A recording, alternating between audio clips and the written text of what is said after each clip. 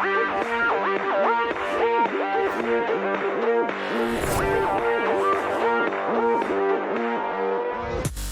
Sheikh Zakzaki, I am very happy to be talking to you and actually to see you again. Thank you so much for talking to us here at Press TV. And we appreciate it that you've chosen this network to give your first interview since being free. You know, there were times when you were incarcerated that we weren't sure if you would even survive, but alhamdulillah, we're so glad to see you today and that you're with us here today. I want to start this off by going back a little bit in time. When you were a university student, you were politically active. When did you establish the Islamic movement in Nigeria, and what motivated you to do so? Well, it started when we were students in the university. In those days, there is a tendency to see one as progressive or enlightened or educated to be a communist. Communism was communist ideology was the order of the day. You know, it was attracting a lot of young people in the university in the late 70s when I was a student. There, I was a student in late 70s, 76 to 79. So one problem with the communists, even though they call for social justice, they also have problem with religion. They said that it is invented to, you know, to control people. Karl Marx said it is an opium of the people, you know. And the biggest problem is they even declare openly that they don't believe in the existence of God. Alhamdulillah, I have a good background, Islamic background, even though I was studying economics in those days. But I have a good command of Arabic language, and I've studied Islamic studies also, and I'm product of traditional Islamic institutions and also modern institutions, because the secondary school I have attended is called School for Arabic Studies. So we started to challenge those ideas they have against religion, and also show that their own ideas about social justice is also enshrined in Islamic teachings in the Quran. So that was it, how it started. We might call it ideological war in those days. And suddenly there was this appearance of uprising in Iran in 978, to be precise, when the Imam was in France. Right. And this, you know, attracted our attention very much. So we might say that the movement started definitely, you know, in those days, late 70s, when we were university students. Well, you said there was a movement in Iran in 1978 and what had started right before the revolution. How did that relate to you all? Why did it affect you so much? Well, we were calling for establishment of an Islamic system of governance in our society, just as the communists were also calling for establishment of communist system of governance. And the others, whom you call them anything, they prepared the status quo. So we found that there was an uprising somewhere calling to similar ideas, which culminated in a victory in the 1979 revolution.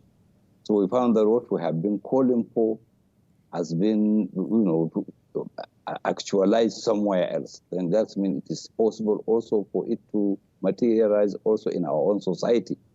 So even not only us, we were influenced by the Islamic Revolution in Iran. Even the communists were influenced by the Islamic Revolution in Iran.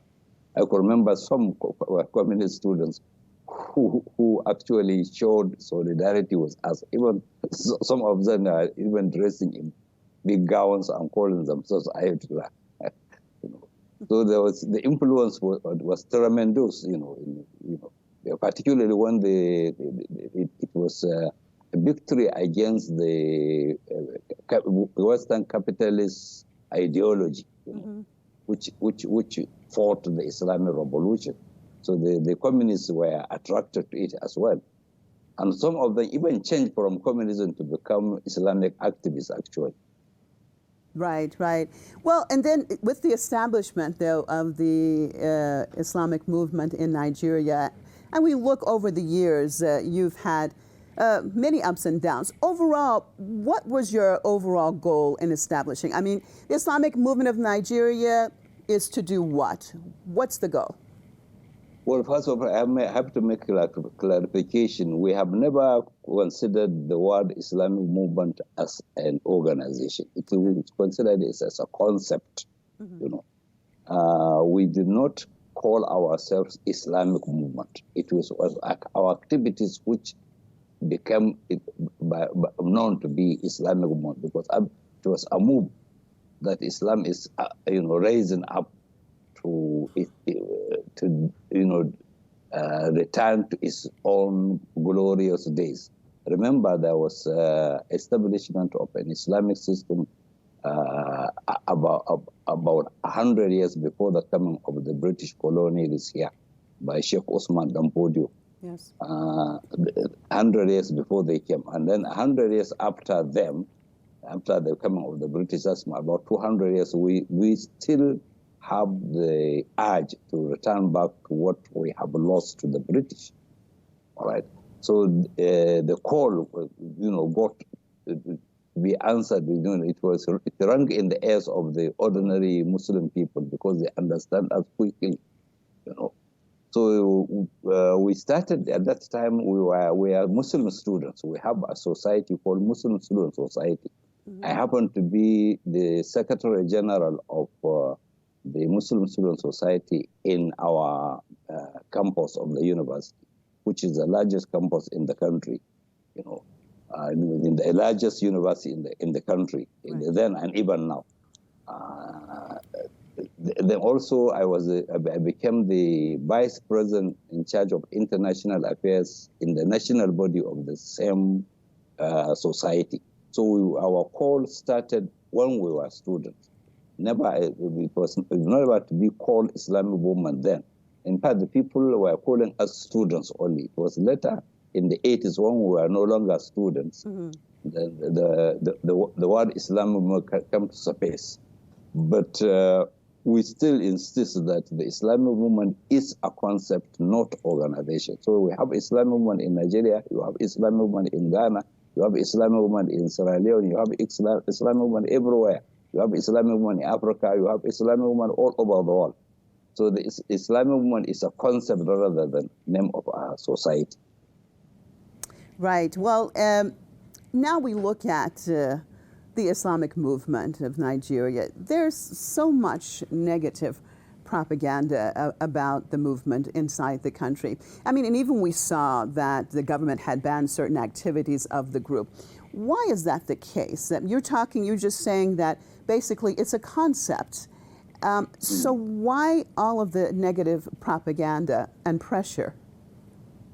Well, I know those in authority should answer this better than myself, but they will never be true to themselves.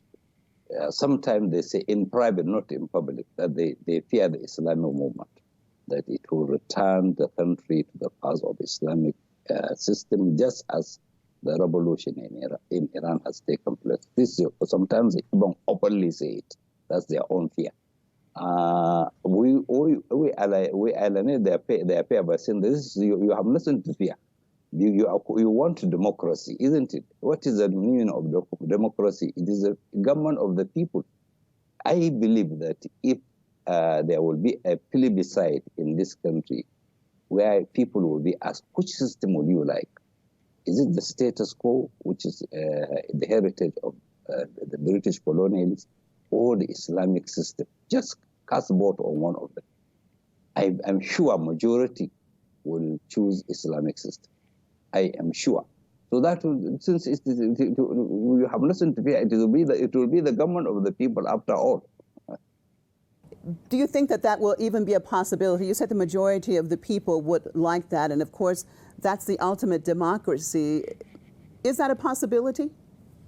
Well, I don't think they will ever allow it, but when the time comes, like after the success of the revolution in Iran, people were given the chance to choose between monarchy and Islamic Republic, and they overwhelmingly voted for Islamic Republic. Right. That may come one day in this country as well, when the people will be given the choice to choose for themselves which system will they like, all right? And I'm sure that definitely they will choose the Islamic system.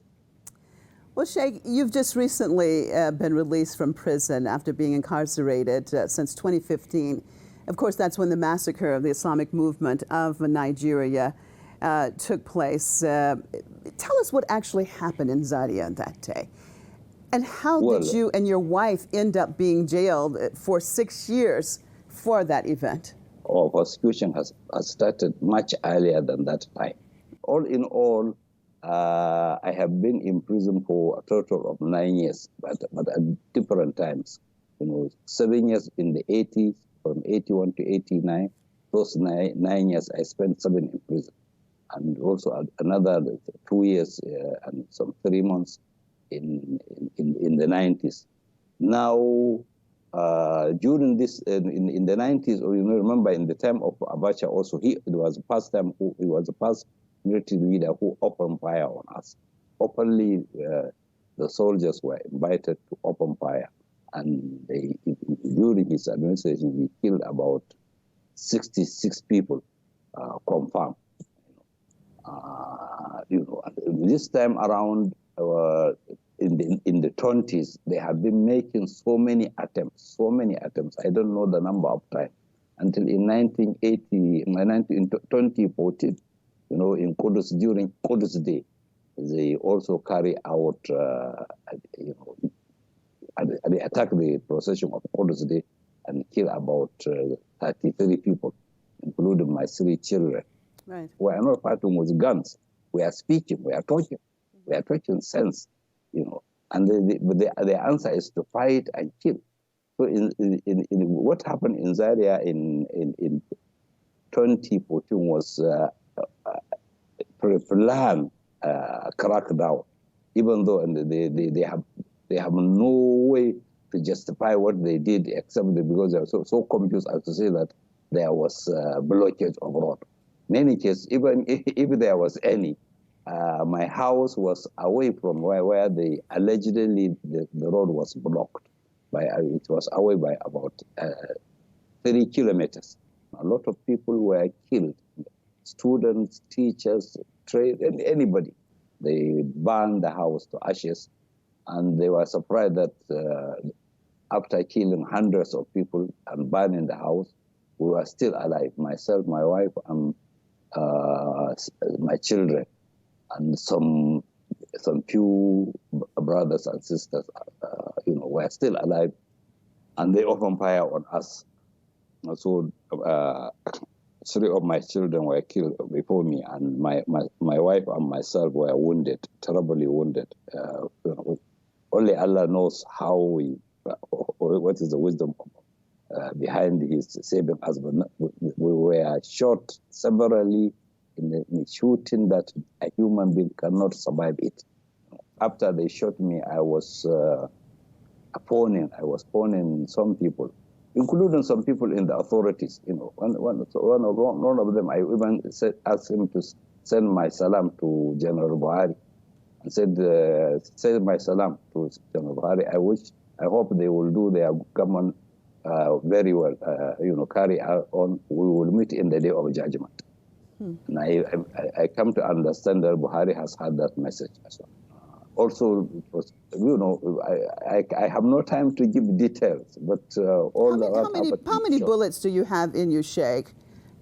I wouldn't know, because they have battered my right side, and battered my left hand, and also, as you can see from the pictures, also it affected my face and even the eye. And the pictures show that there were fragments of bullets around my head and neck around the head from the cheek up to the head. They counted about 38 fragments. And also my wife has several gunshots on her stomach and her thigh, you know. So but they took us to their hospital, and somehow my wife, they removed all the bullets from her, not some of the bullets, without putting her under anesthesia.